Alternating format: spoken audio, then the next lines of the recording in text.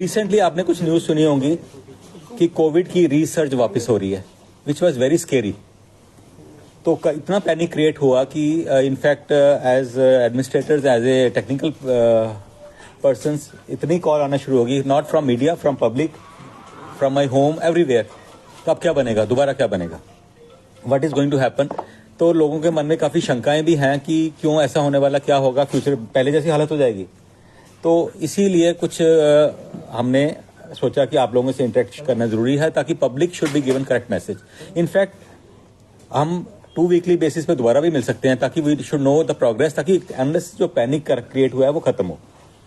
तो सबसे पहले मैं करना चाहता हूं कि 2-3 दिन पहले we had our own meeting with our administrative secretary कि फ्यूचर कैसा रहेगा, क्या होने वाला है।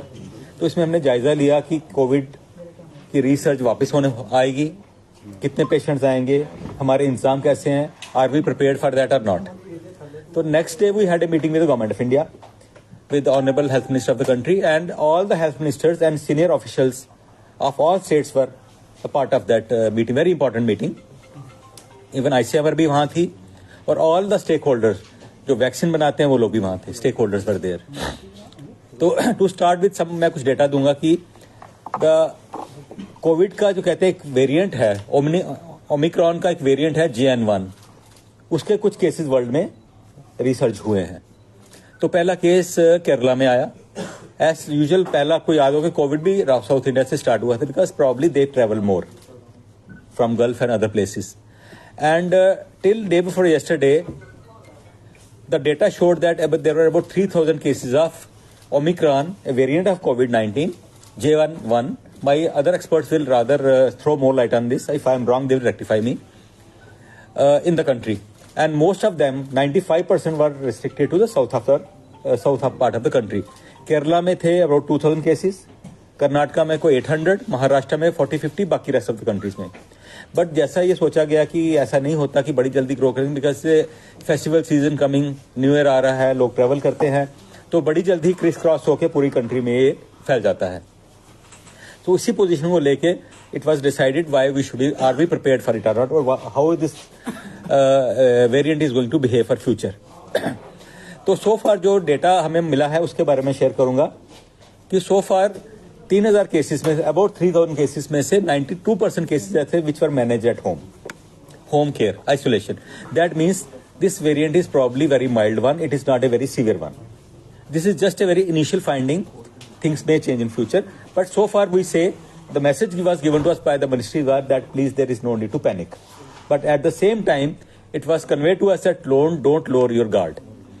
और ओनली 15 से 18 पेशेंट्स थे जिनको ऑक्सीजन की जरूरत पड़ी. 3% पेशेंट थे जो आईसीयू में गए. उनको एनालाइज किया गया. कहते जो आईसीयू में गए जिनको ऑक्सीजन की जरूरत पड़ी मोस्टली वो पेशेंट थे जिनको कोमॉर्बिडिटी थी. That means those were already suffering from some other severe disease. किसी को हाइपरटेंशन थी, किसी को डायबिटीज अनकंट्रोल्ड. सब डायबिटीज को नहीं है, जो अनकंट्रोल्ड थी. किसी को कैंसर था, मेलिग्नेंसी थी, किसी को किडनी फेलियर था, किसी को हेपेटिक फेलियर था. Severe form, not the controlled one. So एक पैनिक ये भी खत्म होना चाहिए कि जिन सबको डायबिटीज है क्या सब वो ससेप्टेबल है. ऐसा नहीं है. सो फार जो पिक्चर सामने आ रही है वो ये आ रही है कि may be this is very infective, जल्दी फैलता हो, बट मोर्टेलिटी फर्टेलिटी ज्यादा नहीं है. But things may change, it is very initial. तो इसलिए हमें बोला गया कि अपने आप को गार्ड जो है ना, अपने आप को गार्ड पे रखिए, लोअर मत कीजिए. तो कुछ सजेशंस दी गई मिनिस्ट्री की तरफ से. इनफैक्ट हमने एसओपी भी बनाया उसी बेस पे. पहली सजेशन दी गई कि 2 टाइप की इलनेसेस आइडेंटिफाई की. एक कहते हैं ILI, influenza like illness.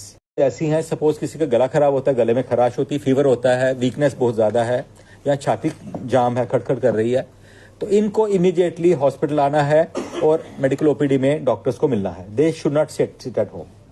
Fever और sore throat, my other team members with एक होता है RT-PCR.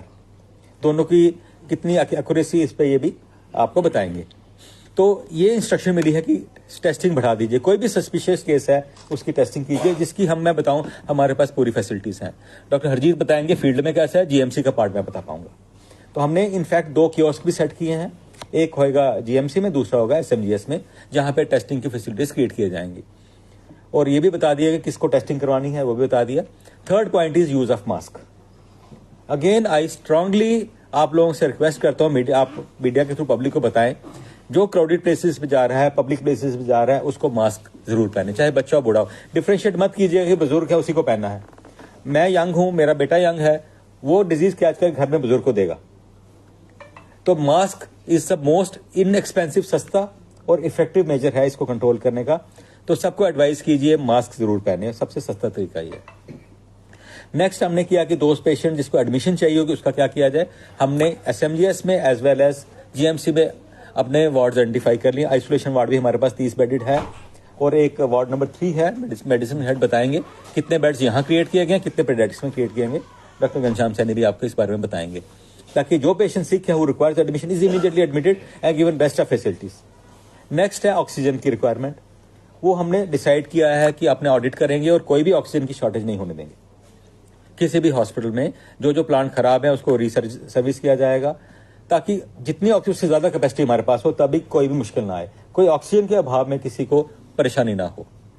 और मेडिसिन का किया गया, जो जेके सप्लाई कॉर्पोरेशन से रिक्वेस्ट की गई, सारी मेडिसिन की रिक्वायर, इनफैक्ट बहुत कम मेडिसिन जरूरत होती है इसके बारे में।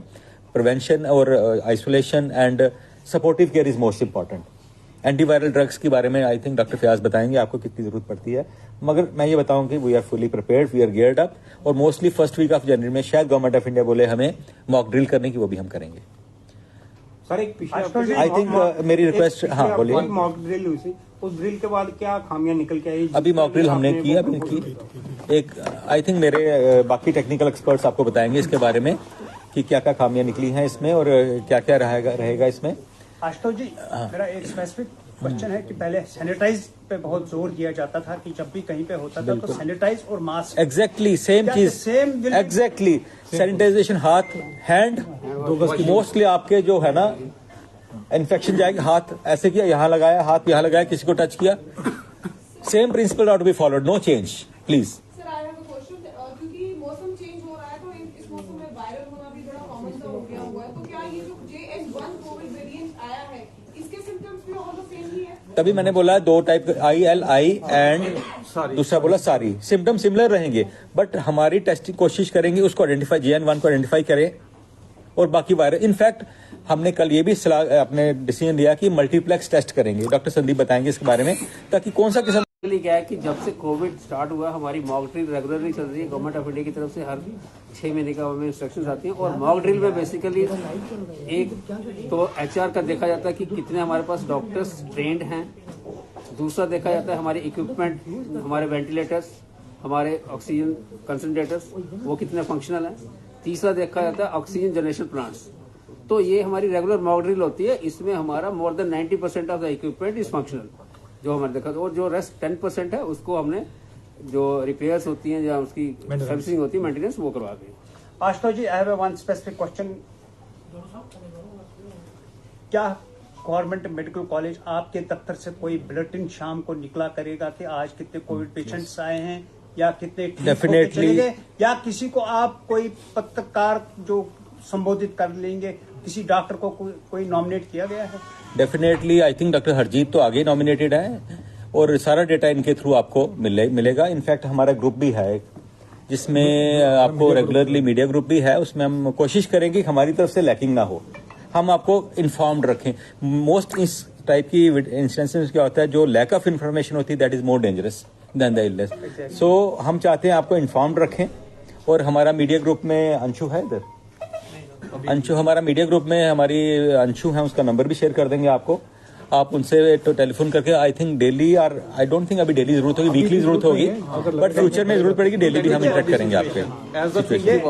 ये जो टेस्टिंग हो जाएंगी ये कब से, कल से शुरू हो जाएगा? चल रही है testing is going on, kiosk हम बनाएंगे और फ्यूचर को हम देख देख के इंक्रीज करेंगे, डिक्रीज करेंगे as per the situation tells us.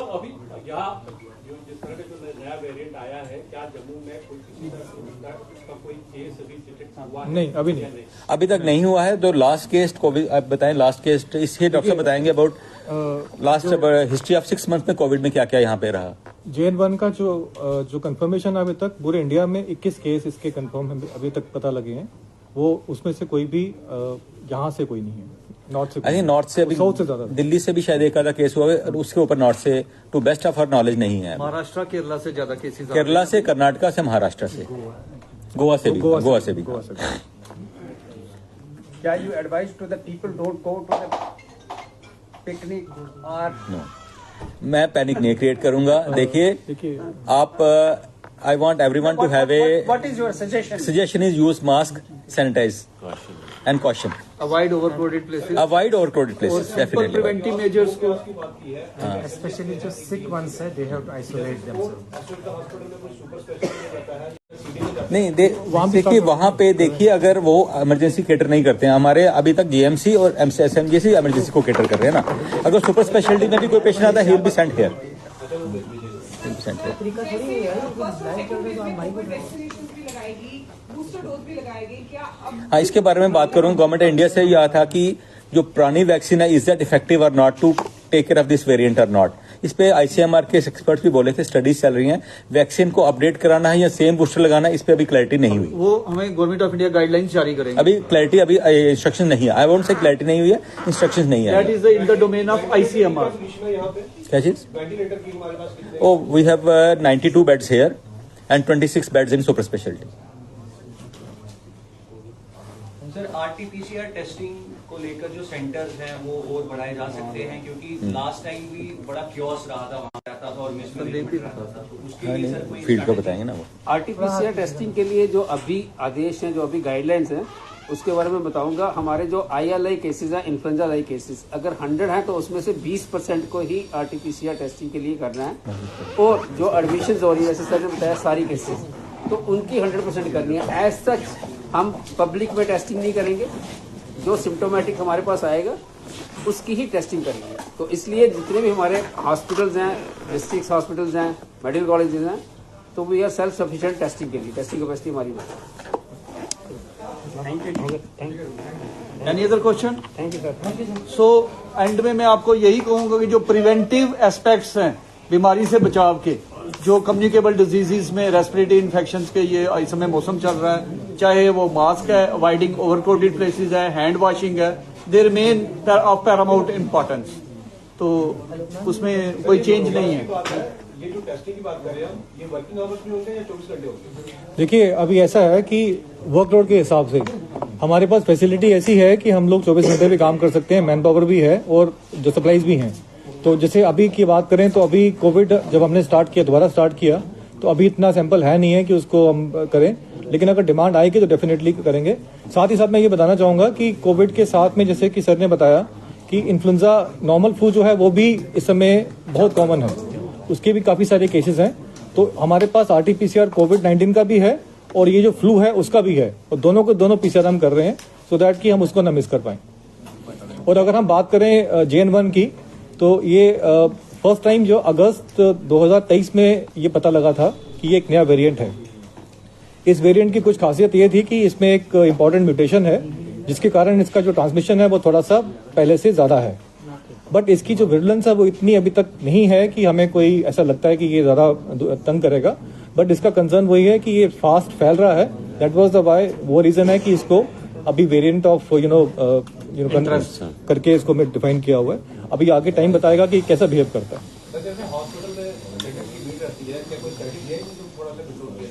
मुझे लगता है कि देखना पड़ेगा कि इसका आगे ट्रेंड कैसा रहता है। नहीं तो वो जो हमने पहले कोविड में मेजर्स किए थे, हो सकता है कि हमें उसकी दोबारा से वो फॉलो करने की जरूरत पड़े। सर, जो इन्फेंट्स बच्चे होते हैं, छोटे बच्चे, न्यूली बॉर्न बेबीज, उनको भी बहुत जल्दी वायरल जो है इफेक्ट करता है, क्योंकि उनकी इम्यूनिटी इतनी स्ट्रॉन्ग है। कुछ ऐसे हाँ, अभी तक मैं ये आपसे शेयर करना चाहूंगा कि हमारे पास इन्फ्लुएंजा लाइक केसेस जो हैं काफी देर से चल रहे हैं। ऑलमोस्ट 1 मंथ हो गया है। हमारे रोज की 10, 15, 16 एडमिशन डेली हो रही है हमारे पास। और मैं ये शेयर करूँ कि हमने रेस्पिरेटरी ICU एक सेपरेट कर दिया है। वो 8 बेडेड है, वहाँ 16 बच्चे हम एडमिशन रखते हैं, और उनमें से कुछ बच्चे वेंटिलेटर पर भी हमें डालने पड़े हैं, इतना सीवियर है। उन 16 में से अगर हम डिस्ट्रीब्यूशन करें, जैसे आपने क्वेश्चन पूछा, 50% जो है लेस देन 1 ईयर हैं, और बाकी जो है बड़े बच्चे हैं, उनमें भी 1 to 5 के बीच में ज्यादा बच्चे हैं। सो एक पेरेंट्स के लिए एक बड़ा क्लियर मैसेज है कि अगर किसी बड़े को इन्फेक्शन है, कोई जुकाम है, खांसी है, तो उसको अपने आप को आइसोलेट कर लेना चाहिए ताकि बच्चों को ना आए, क्योंकि उसका बच्चे क्यों एडमिट हुए, क्योंकि उनको डिस्ट्रेस हो जा रहा है, उनका सांस तेज चलना शुरू हो जाता है, वो उनको ऑक्सीजन की जरूरत पड़ जाती है। तो इसलिए बच्चे कंटेन नहीं करते इन्फेक्शन, तो इसलिए उनको ब्रोंकिलाइटिस लाइक पिक्चर जो अभी काफी बच्चों में हुई है, निमोनिया बहुत बच्चों में हुआ है, तो उसकी हम टेस्टिंग करवा रहे हैं। इन्फ्लुएंजा की अभी तक 2-3 ही अभी पॉजिटिव आए हैं, 3 केस हमारे पास कंफर्म हैं। पॉजिटिव है। तो बट हम कोविड नहीं, फ्लू इन्फ्लुएंजा, तो इसलिए पेरेंट्स के लिए बहुत इंपॉर्टेंट है कि ऐसे, और दूसरी इंपॉर्टेंट चीज ये है कि जैसे कि बड़े बच्चे हैं, 7-8 साल के बच्चे हैं, जब किसी बच्चे को हो जाए तो कोशिश करें कि बच्चे को स्कूल ना भेजें, क्योंकि स्कूल भेजने से वो स्प्रेड करेगा, उस क्लास में स्प्रेड करेगा, तो स्प्रेड का ये भी काफी स्प्रेड हो जाता है इसका, तो बाकी बच्चों को भी और बुजुर्गों को भी इसका नुकसान होने का डर है, क्योंकि वो भी इम्यून रहते हैं इस चीज के लिए, ससेप्टेबल है, उनको कॉम्प्लिकेशन होने का डर रहता है।